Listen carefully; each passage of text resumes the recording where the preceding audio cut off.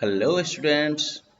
Well, after learning about the Earth and the Moon, now we are going to learn about the big boy in our solar planet, the Sun.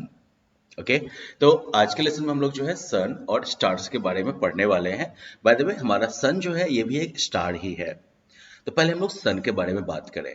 The sun which we see shining in the sky is actually a star.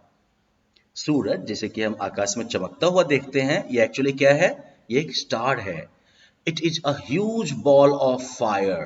आप कह सकते हैं कि ये आग का बहुत बड़ा गोला है। The sun gives us heat and light. Sun जो है ये हमें हीट और लाइट देता है। The amount of heat and light that a place receives depends upon its distance from the sun. तो किसी भी जगह पर कितनी हीट और लाइट पहुंचेगी या कोई भी किसी भी जगह को कितनी हीट और लाइट मिलेगी वो इस बात पर डिपेंड करता है कि उसकी सन से दूरी कितनी है। जो जितना पास होगा उसे उतना ज्यादा जो है हीट और लाइट मिलेगा, और जो जितना दूर होगा जो प्लैनेट उसे उतना कम हीट और लाइट मिलेगा, है ना। Now the temperature on the sun's surface is around 5400 degrees Celsius. सन के सरफेस का टेम्परेचर जो होता है वो लगभग 5400 डिग्री सेल्सियस के आसपास होता है।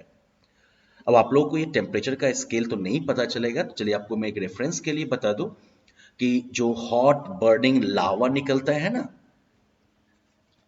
वोल्केनोज से, वो जो है करीब जो है 700-800 डिग्री सेल्सियस के आसपास गर्म हो सकता है। तो आप सोच सकते हैं कि सन का सरफेस कितना ज्यादा गर्म है। Now let's talk about stars. Stars are huge balls of fire and gas. Stars जो है वो गैस और आग के बड़े गोले हैं, बहुत बड़े गोले, यानी कि हमारे अर्थ से जो है ये लाखों करोड़ों गुना बड़े हो सकते हैं। सोच सकते हैं कितने बड़े होते होंगे ये।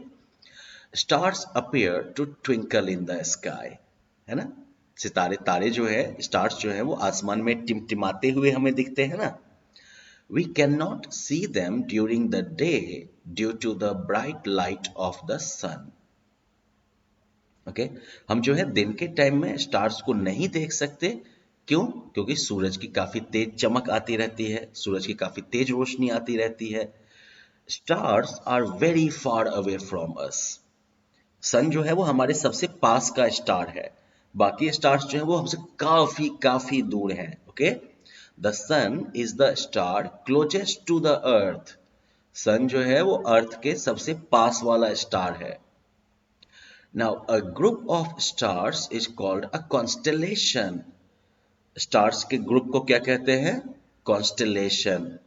When we look at the night sky, it is sometimes possible to pick patterns when we see a group of stars. अब जब हम रात के समय में आसमान को देखते हैं और जब हम तारों के एक ग्रुप को देखते हैं तो कभी-कभी इनमें एक पैटर्न हमें दिख सकता है। Now, Ursa Major या Great Bear, Ursa Minor या the Little Bear, Orion, the Hunter, Leo, the Lion, Cygnus, the Swan are some of the well-known constellations. तो ये सब जो है ये सब कुछ जाने पहचाने कॉन्स्टेलेशंस के नाम हैं। ओके जैसे कि ये ओरायन द हंटर, देखते हैं लगता है ना कि शिकारी तीर लेके खड़ा है। ये ग्रेट बेयर हुआ, अभी किधर से बेयर की तरह दिख रहा है वो तो नहीं पता, मुझे तो स्पून की तरह दिख रहा है। बट अगेन रिमेंबर, जब भी आपको स्टार्स के ग्रुप में कोई एक पैटर्न दिखाई देता है तो well that is called a constellation. चलिए आई होप आपको ये चैप्टर पूरी तरह से समझ में आ गया होगा, and now you can try answering this questions and test your understanding. Thank you.